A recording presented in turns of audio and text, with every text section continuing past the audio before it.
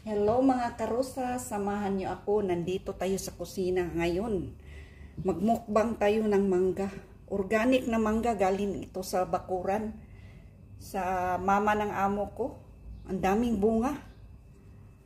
Early morning, nang harvest ako. Ayan, medyo hinog na. Maliit lang siya na mangga mga karusas, pero masarap ito. Ayan, pag ganito kasi medyo hinog na, matamis na ito.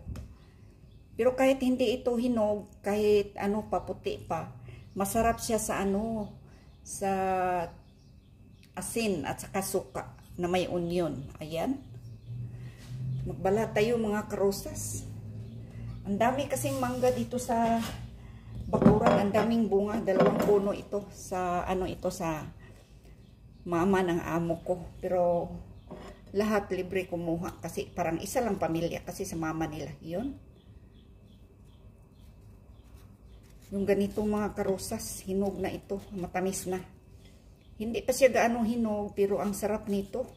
Pwede na ito, wala ng asin. Sobrang init mga karusas, alas 5 na. Nagwalis na ako. Nakita ko ang daming mangga sa tabi. Kasi magkadikit lang ang bahay ng amo ko at saka mama ng amo ko. Ayan.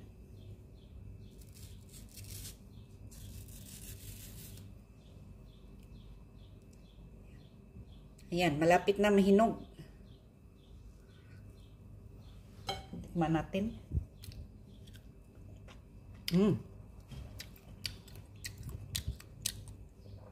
Tamis. Matamis na mga karusas kasi ano na. Sa Bisaya pa ito, balbangaan.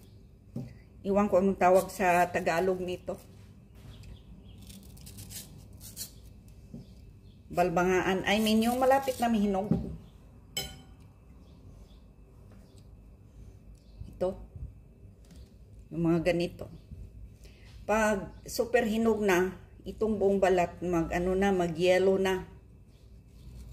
Wow!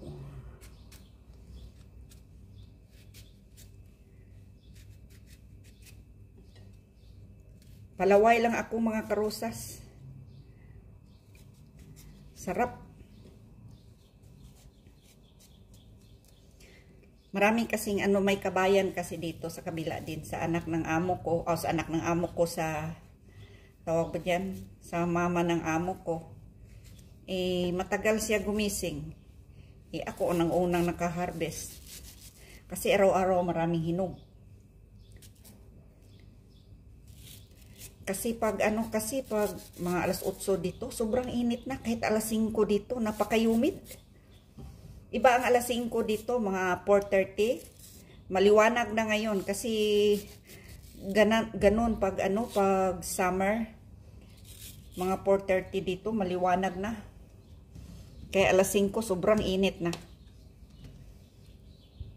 Kasi time na June, July, August, sobrang init dito. Pag January naman, pag December, up to April, sobrang lamig.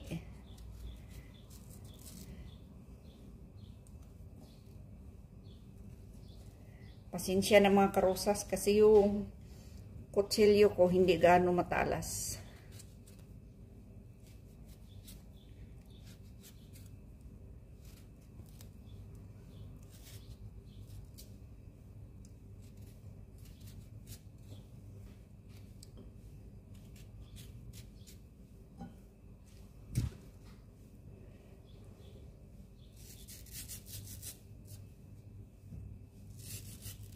Alam nyo ba mga karusas, yung pagtanim dito, 2 kami ng isang kabayan natin.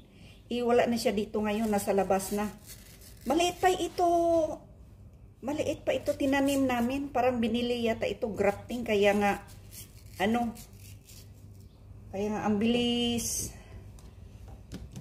nagkaroon ng bunga. Siguro so ang tagal ko na pala dito. Siguro mga 10 years na ito. 10 o 12 years ito. Ang laki ng puno. Kasi may siya, araw-araw diniligan, tapos may vitamins. Kasi dalawa kami nagtanim dito, tinulungan ko yung kabayan. So, ibig sabihin, ang tagal-tagal ko na dito sa abroad. Ayan.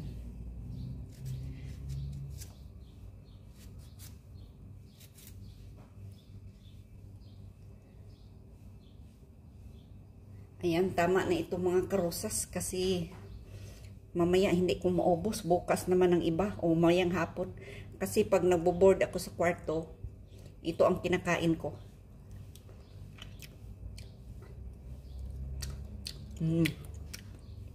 Sarap.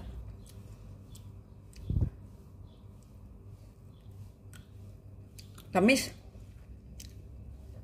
Matamis na mga karosas, hindi na kailangan ng asin o asukal. Sarap. Tamis.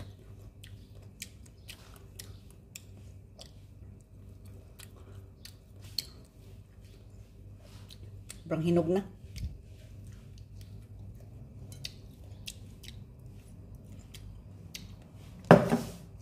Ito, bukas na naman ang iba.